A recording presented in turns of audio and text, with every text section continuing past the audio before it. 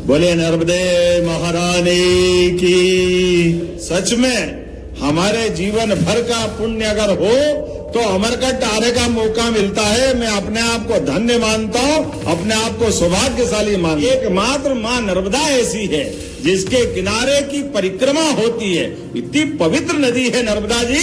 जोरदार अभिनंदन करें अपनी माता के लिए। भविष्य में अमरकंटक और हरा भरा हो, यहाँ के जीवन में और आनंद आए और युगों युगों तक अमरकंटक जाना जाए, ये हमारा सबका प्रयास होना चाहिए।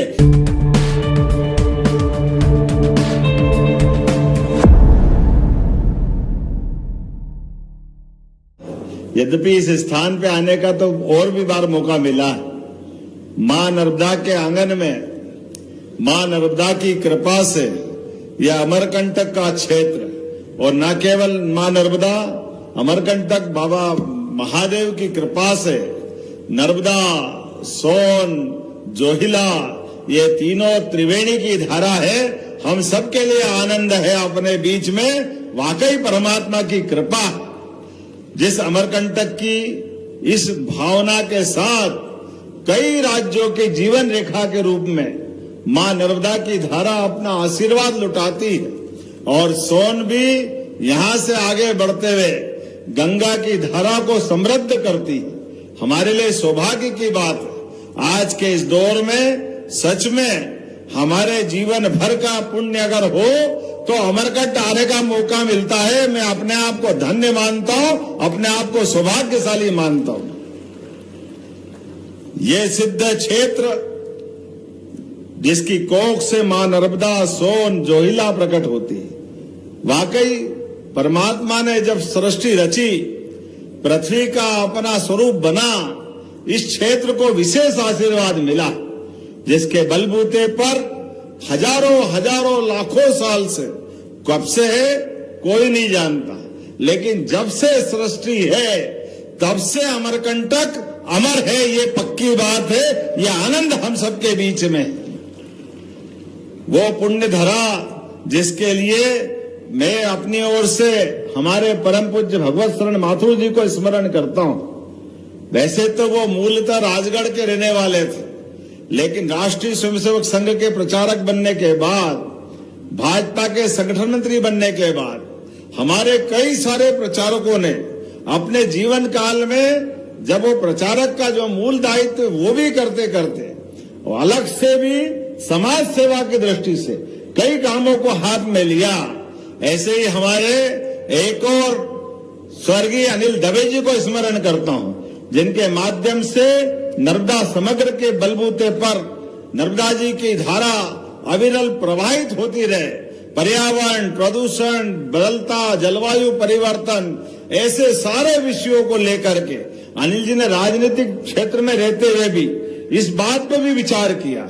हम उनके साथ नर्मदा समग्र की उस भावना को भी लेकर के आए हैं। मैं आज आपसे जब बात कर रहा हूं तो सच में मैं भगवत शरण माथुर जी के साथ उनके अपने उज्जैन में जब वो जिला प्रचारक थे तब का मैं स्वयंसेवक भी हूं। उनसे बहुत मिलना जुलना, उठना बैठना। और ये बात सही है, माथुर साहब को असंभव से असंभव काम दे दो, माथुर साहब संभव करके दिखाते हैं। ये हमारे अपने माथुर साहब के काम करने का तरीका।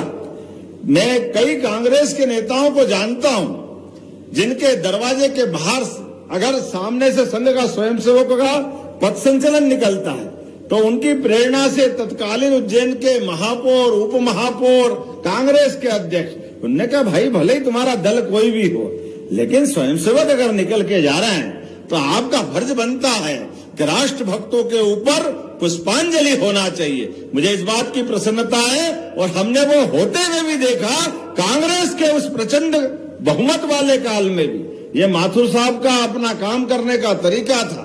ये हमारा पूरा विंध्य का, महाकौशल का, इस बेल्ट में कई चुनौतियां थी, लेकिन हमारी अपनी इस राजनीतिक धारा को मजबूत करने के लिए असंभव से असंभव काम को भी करते हुए इस पूरे विंध्य को, मुझे इस बात की प्रसन्नता है, अभी 2-3 बार से तो ऐसा हुआ है कि हमारा जो समृद्ध क्षेत्र था मालवा, वो 19 रह जाए, लेकिन विंध्य 20 रहता है। ये माथुर साहब की मेहनत का परिणाम है। हमें इस बात का भी आनंद है। और ये हरा भरा क्षेत्र, कितना आनंद के साथ, कैसा अच्छा लगता है।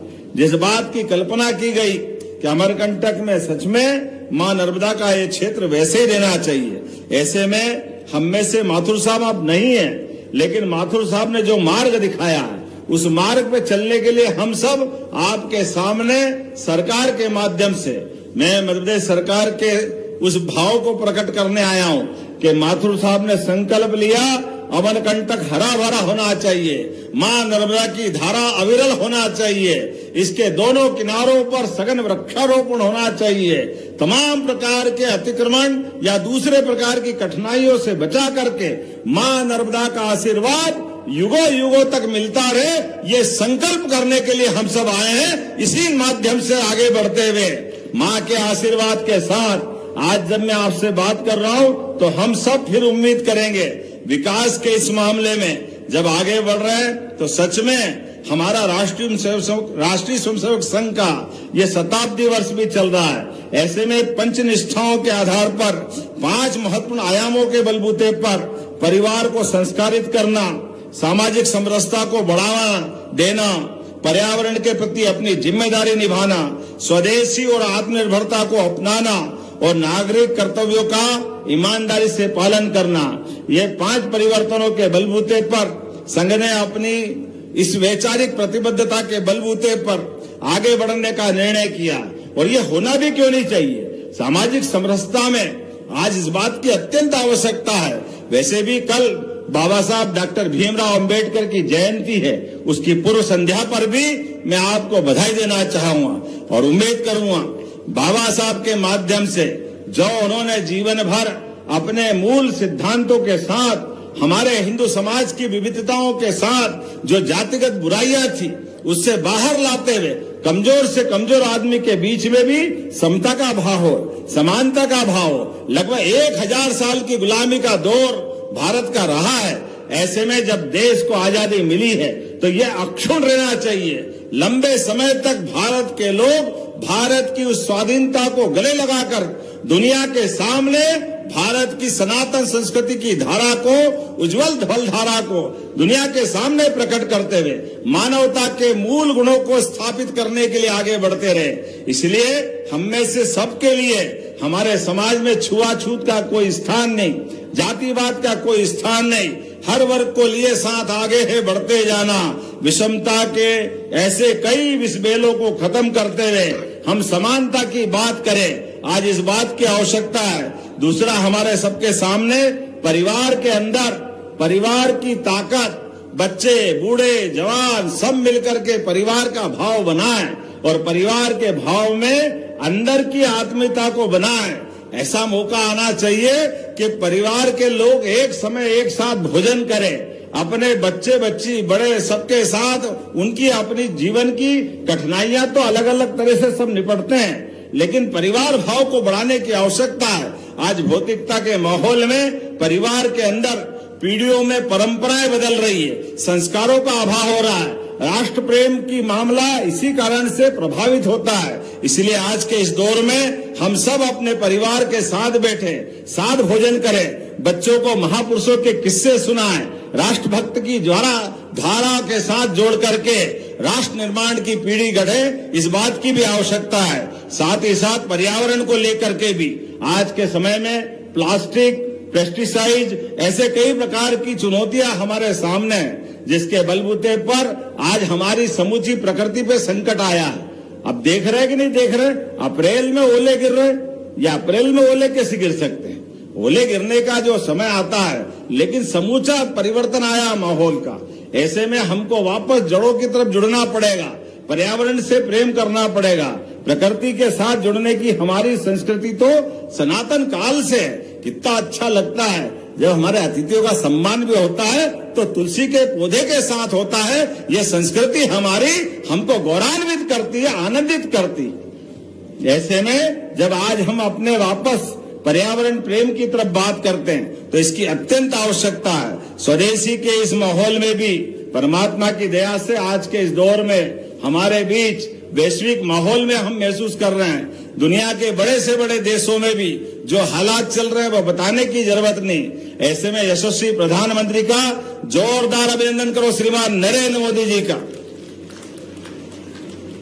जिन्होंने सरकार बनाने के समय इस बात को देख लिया था कि हाँ, हमारे देश में ये रिफाइनरियां होना चाहिए, पेट्रोल डीजल का पर्याप्त भंडारण होना चाहिए, देश दुनिया की आने वाली चुनौतियों में मुकाबला करने के लिए तैयार रहना चाहिए। इसलिए सब तरह से देश को महफूज रखते हुए, ताकतवर रूप से समाज को संगठित करते हुए, सेना को सशक्त करते हुए मोदी जी ने देश को समय के पहले सावधान किया। इसलिए आज पूरे दुनिया के अंदर उथल पुथल है, लेकिन हमारा देश ताकत के साथ खड़ा है। ये हमें अपने मोदी जी की सरकार पे गर्व है, अपने उस विश्वास की विजय है जिसके बलबूते पर हमारी सरकार चुनाव में जाती है। आज जब मैं आपसे बात कर रहा हूं तो सच में परिवर्तन के इस दौर में हमको अपने उस संस्कारों के साथ विरासत से विकास की तरफ भी बढ़ना पड़ेगा, और विरासत से विकास में हमारी आस्था हमारे धर्म में भी है, लेकिन राष्ट्र धर्म उससे बड़ा है। इसलिए राष्ट्र धर्म और धर्म भी अलग अलग नहीं। कई बार पंथों की इस मार्ग पे गलतियां हो जाती है, लेकिन मुझे इस बात का आनंद है हमारी सरकार के गठन होने के साथ ही हमने अपनी सनातन संस्कृति के सभी त्योहार धूमधाम से मना रहे हैं। जन्माष्टमी भी खूब आनंद से मनाते हैं, और रामनवमी पे भगवान राम की जय जयकार करने में भी कोई शर्माने की आवश्यकता नहीं।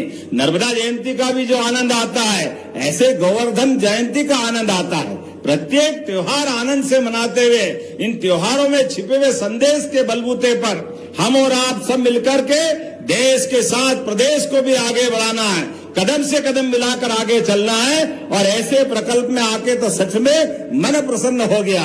जोरदार अभिनंदन करें माननीय माथुर साहब के इस प्रकल्प का भी, भगवत शरण माथुर जी का। और हमारे रामलाल रोतेल जी से मैंने कहा था कि आज कोई डिमांड मत करना, लेकिन आपने कर दी तो कोई बात नहीं। जब आपने बात रखी है तो ये गौशाला को अनुदान चालू करा देंगे, चिंता मत करना। आपके अपने इस स्थान की गौशाला को मध्य प्रदेश सरकार की ओर से, और आपने कहा प्रवचन और बाकी स्थान की कोई जरूरत है, आप एस्टीमेट भिजवाना, कलेक्टर यहाँ से मेरे अपनी तरफ से मंजूरी देने की घोषणा करता हूँ कि हाँ, यहाँ हमारे सभी प्रकार के कार्यक्रम को बढ़ाने के लिए वो सब भी आवश्यक है। लेकिन एक निवेदन है, पर्यावरण हितैषी बनाना। ये सीमेंट कंक्रीट के जंगल हमारे अमरकंटक की शोभा को रोकते हैं। हमारी अपनी पवित्र धारा की तरफ भी हमको देखने की आवश्यकता है। जब मैं बात करा तो छोटी मोटी ताली थोड़ी बजना चाहिए, अच्छा दिल खोल के बजाओ, आनंद के साथ। हम जो भी करें अमरकंटक को सामने रख के करें, और अमरकंटक रहेगा तो सच में हमारा मध्य प्रदेश हरा भरा रहेगा। मध्य प्रदेश के गांव गली मोहल्ले में आनंद छाया रहेगा। मैं आज के इस अवसर पर, जब बदलते दौर में भारत बढ़ रहा है, सामर्थ्य, निर्णय, परिश्रम से हम विकसित और आत्मनिर्भर मध्य प्रदेश की तरफ ताकत के साथ बढ़ते रहेंगे। मेरी अपनी ओर से एक बार फिर भगवत शरण माथुर जी को स्मरण करता हूँ। जन अभियान परिषद भी जलगंगा अभियान के माध्यम से, मध्य प्रदेश सरकार भी हमारे सभी जल स्रोतों की चिंता कर रही है। तमाम कुएं, बावड़ी, नदी, नाले, तालाब, हर स्थान पर लगभग हम 3 महीने काम करने वाले हैं। गुड़ी पड़वा से गंगा दशमी तक, और नर्मदा समग्र भी उसी में जुड़ा हुआ है। हमने नर्मदा जी के लिए भी संकल्प लिया है। एकमात्र मां नर्मदा ऐसी है जिसके किनारे की परिक्रमा होती है। इतनी पवित्र नदी है नर्मदा जी। जोरदार अभिनंदन करें अपनी माता के लिए। और परिक्रमा करने वाले भी क्या भाग्यशाली है। ऐसा लगता परिक्रमावासी देवदूत की तरह आते हैं, अपने जीवन में केवल संकल्प करते हैं और निकल पड़ते हैं। तमाम प्रकार के जितने भी सांसारिक झंझट रहते हैं सबको घर पे छोड़ के आते हैं, लेकिन मां नर्मदा के आशीर्वाद से कोई भूखा नहीं सोता है, कोई परेशान नहीं होता है। अरे कितना अच्छा लगता है। कई बार गरीब से गरीब आदमी के दरवाजे भी अगर नर्मदा भक्त परिक्रमावासी पहुंच जाए और उसकी थाली में अगर एक रोटी है तो भी वो नर्मदा परिक्रमावासी को दे करके अपना जीवन धन्य करता है। कितनी पवित्रता है, कितना आनंद आता है। सच में मां नर्मदा की कृपा से ये परिक्रमा की जो वास्तव में पवित्रता है, हमारी सरकार ने इस पवित्रता को बनाने का निर्णय किया है। इसलिए सभी विभागों को जोड़ करके यथायोग्य प्रकार से परिक्रमा वासियों के लिए परिक्रमा स्थल अच्छे बने, परिक्रमा वासियों के रास्ते के मार्ग का निर्धारण हो। कई प्रकार की कठिनाइयां हैं, लेकिन पर्यावरण की भी चिंता करते हुए पर्यावरण के लिए जो जो हो सकता है वृक्षारोपण से लगा करके नर्मदा जी के किनारे और सहायक नदियों पे भी जो जो कर सकते वो सब करने का प्रयास करेंगे। लगातार हमारी सरकार बीते 2 साल से इस पे काम कर रही है। इसलिए यहाँ के बाद एक बड़ी बैठक हम अपनी सरकारी स्तर पे भी करने आए हैं, जिसके माध्यम से भविष्य में अमरकंटक और हरा भरा हो, यहाँ के जीवन में और आनंद आए और युगों युगों तक अमरकंटक जाना जाए, ये हमारा सबका प्रयास होना चाहिए। इसलिए आप सबको भी एक बार प्रणाम करते हुए मेरे साथ सब बोलेंगे, नर्मदे महारानी की।